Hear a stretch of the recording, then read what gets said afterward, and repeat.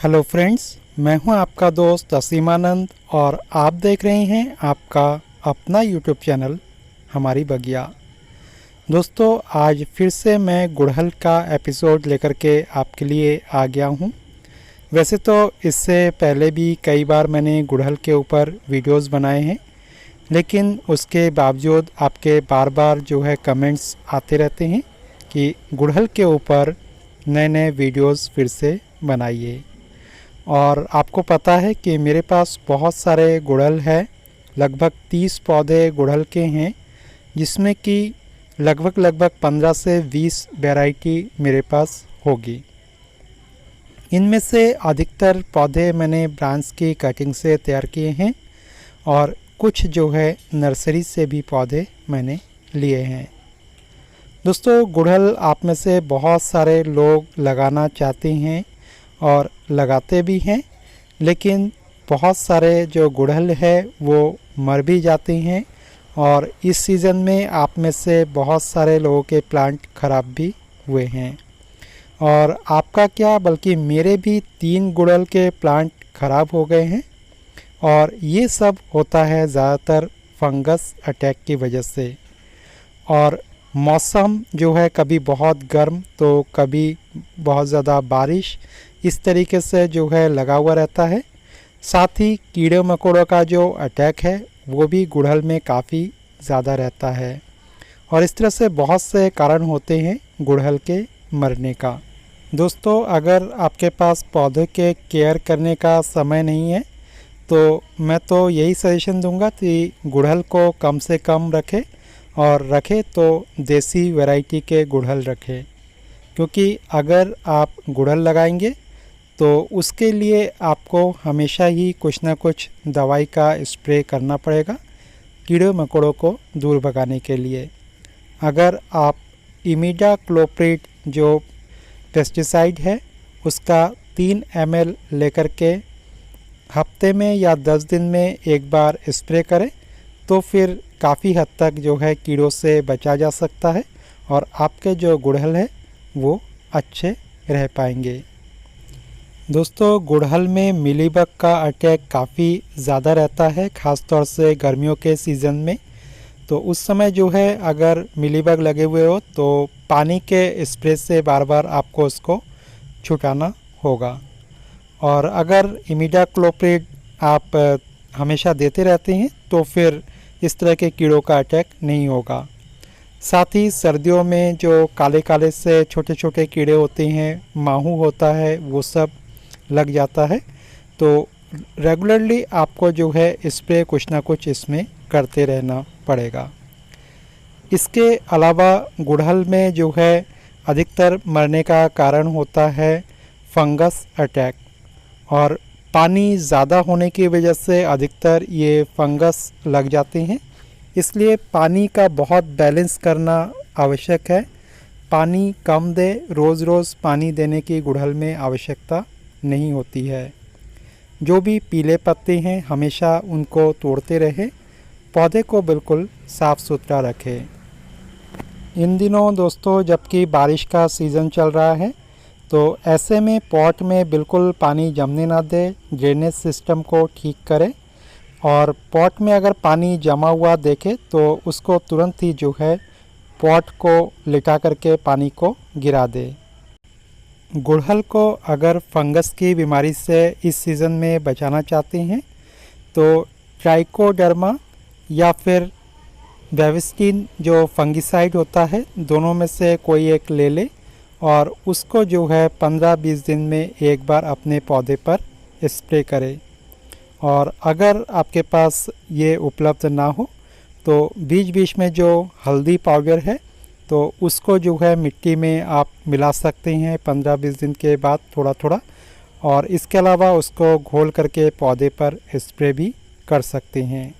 लेकिन अगर एक बार फंगस का अटैक ज़्यादा हो जाता है तो ऐसे में कोई भी उपाय फिर काम नहीं करता। इसलिए बीमार होने से पहले ही पौधों में इन सब चीज़ों का ख्याल रखेंगे तो आपके पौधे बचे हुए रहेंगे। दोस्तों, अगर आप गुड़हल को कटिंग से लगाना चाहते हैं तो इस समय काफ़ी अच्छा सीज़न है। लगभग पेंसिल के आकार जितनी मोटाई की गुड़हल की जो ब्रांच है पुरानी वाली, वो आप ले सकते हैं। 6 से 10 इंच तक की कटिंग जो है इसके लिए ठीक रहता है, और तिरछा कट लगा करके उसको ले। और एलोवेरा जो जेल है, जो ताज़ा एलोवेरा होता है आपके गार्डन में, तो उस जेल को आप उस कटिंग में दोनों सिरों पर लगा दें। और हो सके तो जो है दोनों सिरों पर एलोवेरा का जो है एक टुकड़ा छोटा सा लेकर के दोनों सिरों में लगा दें, और फिर उसको आप मिट्टी और रेत के मिक्सचर में लगा सकते हैं। इससे जो है फंगस अटैक नहीं होगा। जो मिट्टी के नीचे एलोवेरा आपने लगा दिया है, जो कटिंग का निचला सिरा है, तो वहाँ से भी नहीं होगा, और ऊपरी जो सिरा है अगर वहाँ भी एलोवेरा का एक टुकड़ा लगा देंगे तो ऊपर से भी जो है फिर फंगस का अटैक नहीं होगा, और इस तरह से कटिंग सक्सेस होने की ज़्यादा संभावना रहती है। और एलोवेरा नहीं हो तो ऐसे में आप थोड़े से शहद का भी यूज़ कर सकते हैं, चाहे तो हल्दी पाउडर का भी यूज़ कर सकते हैं। और चाहे तो हल्दी पाउडर और शहद को थोड़ा सा मिला करके पेस्ट बना सकते हैं, और उसका भी यूज़ आप कटिंग के दोनों सिरों पर कर सकते हैं। और जितना हिस्सा मिट्टी के अंदर दबा हुआ रहेगा तो उतने हिस्सों पर आप उस जेल को लगा सकते हैं। कटिंग को लगाने के लिए 6 इंच से बड़े पॉट का यूज़ ना करें, और एक पॉट में एक ही कटिंग लगाने की कोशिश करें। और अगर आपके पास छोटी पॉलीथीन उस तरह की उपलब्ध हो तो पॉलीथीन में भी कटिंग को लगाया जा सकता है। कटिंग को सेमी शेड एरिया में रखें और बिल्कुल भी उसे ना हिलाएं, और उसी पॉट में ही 2-3 महीने से ज़्यादा रहने दें, जब तक कि अच्छी तरह से रूटिंग ना हो जाए और पौधा ना बढ़े। दोस्तों, अगर गुड़हल के पत्तियों में पत्ती सिकुड़ने की बीमारी आ रही हो तो आप मट्ठे का स्प्रे अपने पौधों पर कर सकते हैं। 2-4 बार उसका स्प्रे करेंगे 3-4 दिन के अंतराल पर, तो ये बीमारी भी ठीक हो जाएगी। और कोशिश करें कि जो पत्ते कर्ली हो या बीमार दिख रहे हो तो उन पत्तों को पहले तोड़ लें और उसके बाद जो है स्प्रे करें।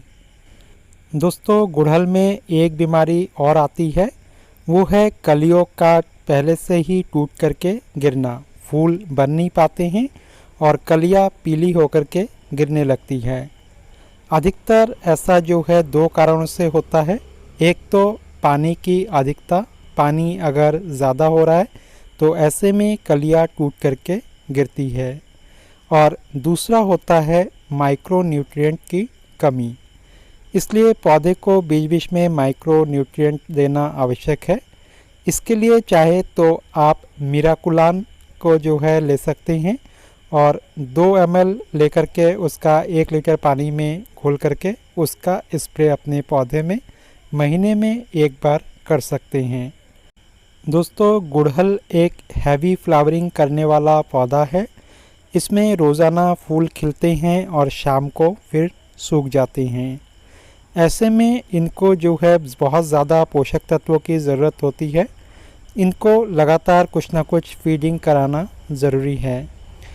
इसलिए कोशिश करें कि पौधे में हर एक महीने में 1-2 मुट्ठी जो वर्मी कंपोस्ट है वो दे दे, और वर्मी कंपोस्ट को मिट्टी के साथ मिला दे या मिट्टी को खोद करके उसके अंदर डाल करके फिर नॉर्मल मिट्टी से ढक दे। और इसके अलावा हर हफ्ते आप जो है कोई ना कोई लिक्विड फर्टिलाइज़र इसको अवश्य ही दे।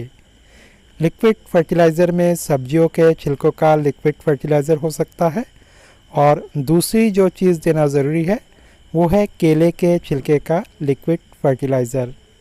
क्योंकि हैवी फ्लावरिंग लगातार आने के लिए केले के छिलके के लिक्विड फर्टिलाइज़र में बहुत ज़्यादा पोटेशियम होता है, जिस चीज़ की आवश्यकता पौधे को पड़ती है। और अगर आप मार्केट का खाद यूज़ करना चाहते हैं तो अलग से जो पोटाश है वो लिक्विड फॉर्म में आता है, ऑर्गेनिक में भी आता है। तो उस पोटाश को 3 ml लेकर के 1 लीटर पानी में घोल करके उसका स्प्रे आप अपने पौधों में कर सकते हैं और चाहे तो बचे हुए पानी को पौधे में जड़ में भी दे सकते हैं।